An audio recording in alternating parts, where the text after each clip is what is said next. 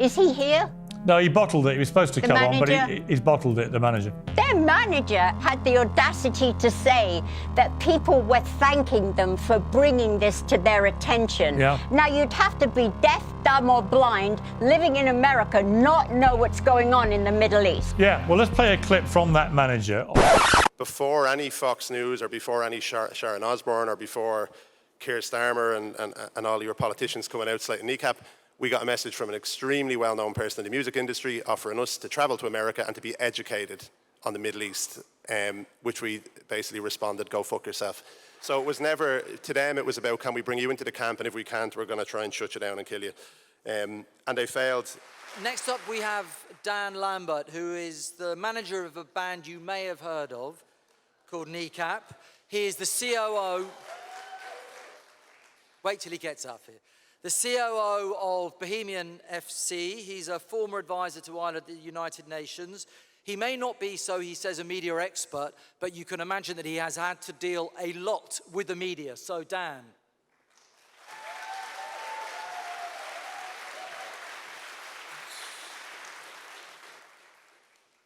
Just before, I've written some notes and it said there, like, I'm not a media expert, but I just saw when I was looking at my phone there, 29 people were killed in Gaza in the last couple of hours.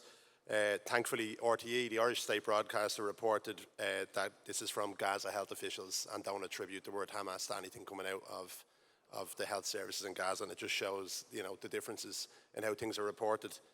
I think, like, in terms of challenging like a propaganda machine, you know, I'm not the person to say how we do that, but what I'll give you, I suppose, is that in the last 8 months, since Kneecap played at Coachella in April of 2025, there has been a extremely and continuing well-orchestrated, well-funded and international campaign to take the band down. It continues to this day, and I've learned a lot from it, I think, and I think that there's some things that we have done that have proven to be effective, and they might be useful for other people.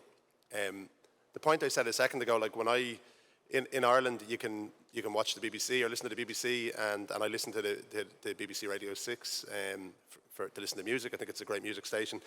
But often in my day, I'll start the morning by putting on RTE, and I'm not a supporter of RTE. I think there is bias in what RTE carries, the Irish state broadcaster.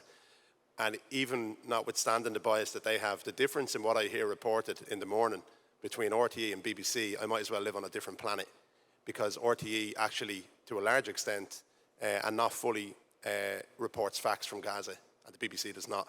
And it's unbelievable on an island like Ireland, and when you even think of the occupied part of the island in the north, that you could have neighbours who literally live opposite each other and could listen to two different news sources who are both coming from state broadcasters and hear an entirely different narrative. It's really eye-opening. I'd urge anyone, if you get a chance in the morning, just listen to the BBC news and then listen to the Irish news. And I suppose, like, why is that? Like, Irish people, we are the only victims of colonialism in Europe, and we have a natural, you don't as an Irish person choose Palestinian solidarity. It's just inherent in who we are.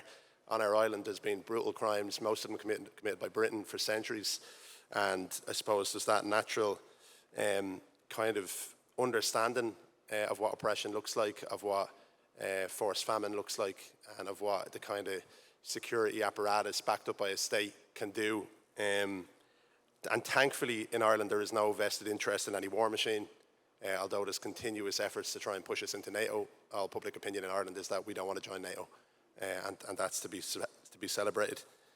But I think there's three things that I've kind of learned, and I'll outline them, and I said it might be of help. The first one is refusing to get drawn into pointless kind of gotcha moments that the legacy media undertake. And, you know, an example, I went on several interviews in Ireland, and the whole thing they wanted to do was to kind of rest on this point where they'll start the conversation by saying to you, you know, on a live TV debate, do you condemn Hamas? Do you condemn Hezbollah? And the whole idea then is to set the narrative for the rest of the interview that you have denied the right, the legally enshrined right to armed resistance. And it's a pointless position. My opinion on anybody in terms of an organisation or a group, whether I support, condemn, that's totally irrelevant, but it serves to frame conversations, and we refuse to get into that place. And I said on several of them, they don't bring on somebody representing Israel, and they don't demand that they condemn the IDF, and demand that they condemn the IDF and not proceed with the interview on that basis. You'll never see that happen. And I suppose what our answer to that was, whether we condemn something or not is irrelevant. It's can we understand? Can we understand why after 70 years of a brutal occupation, people would resort to armed resistance as a last resort? That's the key part of understanding.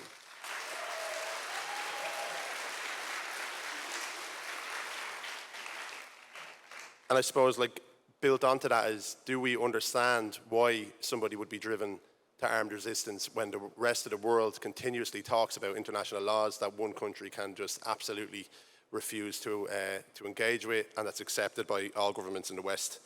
I think as part of that kind of refusal to be drawn on their gotcha moment, you can just expose the aim of the conversation, and that's to repeatedly bring it back, I suppose, to some undeniable facts. I'll merge it just into football for a second here, because this has happened recently. Bohemians, we put forward a motion to the FAI in Ireland, which is the equivalent of your football FA, and we put forward a motion that we wanted the FAI to call on UEFA to kick Israel out of the organisation. And it passed by 92%.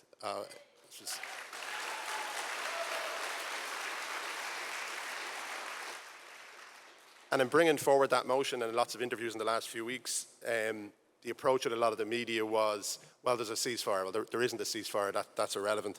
Another point they'd make was, is this not damaging? And although it was very tempting to get drawn into those conversations, the reason we brought the motion was that Israel is an absolute breach of a UEFA statute which states that there cannot be teams playing on occupied territories.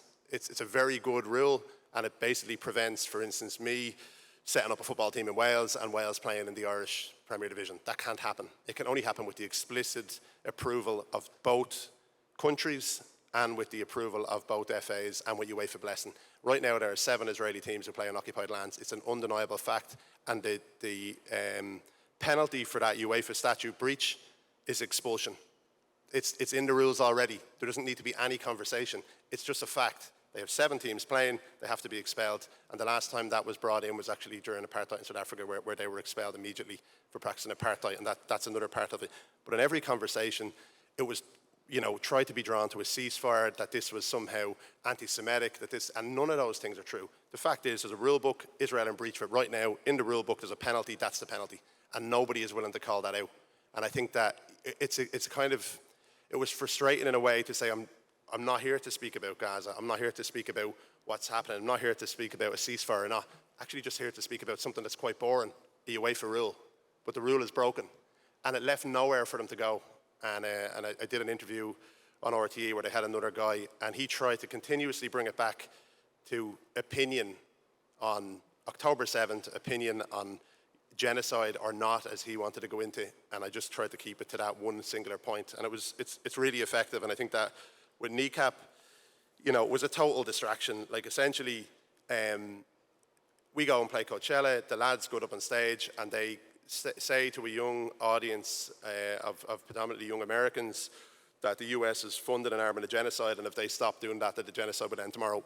Just a factual comment. It gets a cheer, it got a lot of applause, and I think the risk was never Kneecap. We're not big enough. There was other artists there, and I often say, like, well done to an artist who puts a Palestine flag on stage. It's better than not doing anything, but it doesn't achieve anything. You have to be willing to take risk, and the lads did that. And I think what they saw was, what if next year at Coachella that was the artist with 20,000 or 50,000, and that then became a threat to Zionism itself, because they lose the support of America, they'll start to lose that support by losing the support of young people. And then suddenly you had the emergence directed from the US, and it was interesting, the point raised a second ago, before any Fox News or before any Sharon Osbourne or before Keir Starmer and all your politicians coming out slating Kneecap, we got a message from an extremely well-known person in the music industry offering us to travel to America and to be educated on the Middle East, which we basically responded, go fuck yourself. So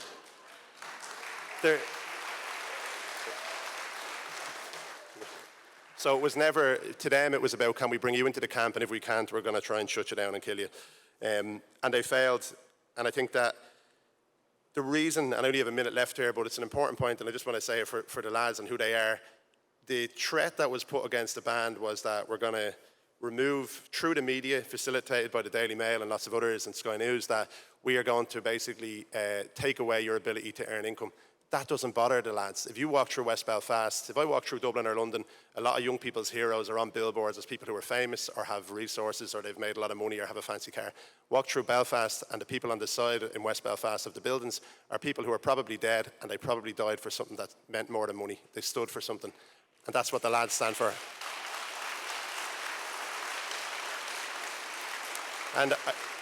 And the last point I was going to raise, I don't have enough time, but something that bothers me continuously, and we need to highlight it more, and I think it plays a role in deconstructing the legacy media, is this idea of a singular narrative. So, you know, in the 1980s, Muammar Gaddafi was funding the IRA. He was a very controversial figure internationally, but RTE, the state broadcaster, sent a news team. They sat with Gaddafi in a Bedouin tent and they spoke to him, and he gave his view. By going there, they weren't showing support for him. They were giving his view to the people of Ireland that you could make up your own mind, and that is never done today. If I watch a report, whether it's on Iran, whether it's on Ukraine, whether it's on Palestine, I hear from Netanyahu and I hear from Trump, and I never hear from other people. And it's not to say you need to support the Ayatollah, you need to support Putin, you need to support Hamas or Hezbollah, but we get a singular narrative only. No conversation is afforded, and it's almost as if the citizens of the country are too stupid to differentiate, and we're only provided with one narrative, and that should be called out continuously, in my opinion. That's it.